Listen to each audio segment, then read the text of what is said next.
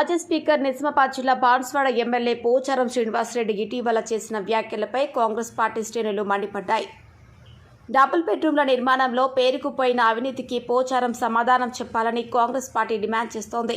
రాష్ట్రంలో ఏ నియోజకవర్గంలో లేని విధంగా బాన్స్వాడలో అత్యధిక ఇల్లు కట్టించి లబ్ధిదారులకు అందజేశామని పదే పదే చెప్పే పోచారం గృహ నిర్మాణంలో జరిగిన అవినీతికి సమాధానం చెప్పాలని డిమాండ్ చేస్తున్నారు.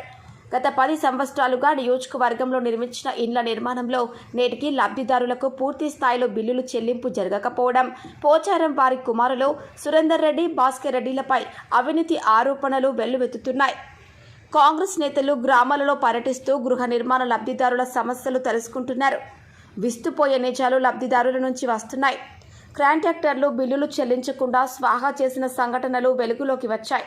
డబుల్ బెడ్రూమ్ల పేరుతో భారీ ఎత్తున ఇసుక దోపిడీ జరిగింది. ఇంతేకాకుండా బిల్లుల చెల్లింపులు కోత విధించినప్పటికీ లబ్ధిదారులు వచ్చినంత చాలు అని సరిపెట్టుకున్నారు. కోటగిరి మండలం ఎత్తొండ గ్రామంలో బిల్లుల చెల్లింపు వివాదాస్పదంగా మారింది.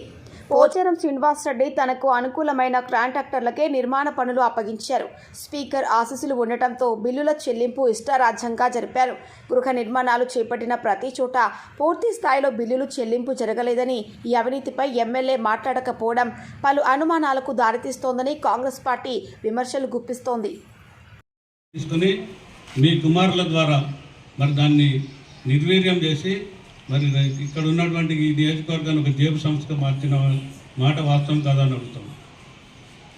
ముఖ్యంగా యంత్రలక్ష్మిలో ట్రాక్టర్లు మీరు వ్యవసాయ శాఖ మంత్రిగా ఉండి ట్రాక్టర్లు ఎంతమందికి ఇచ్చిందో, అవి ఎంతమంది అర్హులకి ఇచ్చిందో ఒకసారి మీరు స్పష్టంగా చెప్పాలనుకుంటున్నాను. ఇంకొక పక్క ఈ ప్రాంతంలో ఇవాళ మా రవీందర్ రెడ్డి గారు ఇన్ఛార్జిగా వచ్చిన తర్వాత బీర్పూర్లో మంజీరా నదిపై మరి మీరు అధికారంలో ఉన్నప్పుడు విచ్చలవిడిగా దోపిడీ చేసినటువంటి సందర్భాన్ని ఇవాళ మేము ఒకటే అడుగుతున్నాం. మరి ఇవాళ ఎందుకు ఆ పనులు మీరు చేయలేకపోతున్నారు? మేము దాన్ని కంట్రోల్ చేసినటువంటి మాట వాస్తవం కాదని బినామీ పేర్లతో పర్మిషన్లు ఇప్పించి పెద్ద ఎత్తున మందిరాన్ని తరలించినటువంటి వాస్తవం కాదని అడుగుతాం. ఇంకో పక్క ఇవాళ గృహ నిర్మాణం పేరు ఈ నియోజకవర్గంలో 10,000 11,000 ఇళ్ళు తెచ్చినాం. ఇక్కడ ఈ ప్రాంతంలో పక్క నియోజకవర్గాలు ఎక్కడ కూడా పెద్ద ఎత్తున రాష్ట్రంలోనే 11,000 ఇళ్ళు తెచ్చినటువంటి మీరు మా రవీందర్ రెడ్డి గారు ఈ మధ్య గ్రామాల్లో తిరుగుతుండే గృహ నిర్మాణ లబ్ధిదారులు సార్ మా బిల్లులు రాలేదు, మా బిల్లులు ఇవ్వట్లేదు అనేటువంటి పరిస్థితిని అడిగితే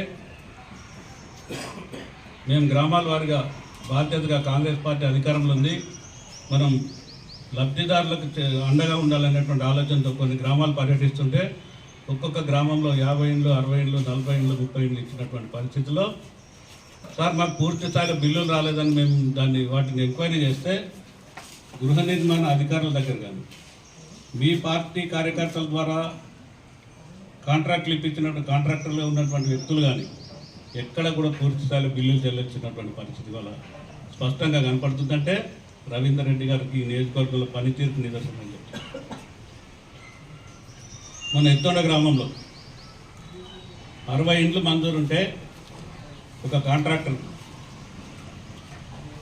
ఒక 4th స్టేజ్ బిల్డింగ్ 80,000 కాడికి 60 ఇండ్లకి 50 లక్షల రూపాయలు ఆయన పూర్తి స్థాయిలో తీసుకొని లబ్ధిదారులకు చెల్లించినటువంటి పరిస్థితి మన ఎత్తొండ గ్రామంలో స్పష్టంగా చూసుకుంటున్నాం.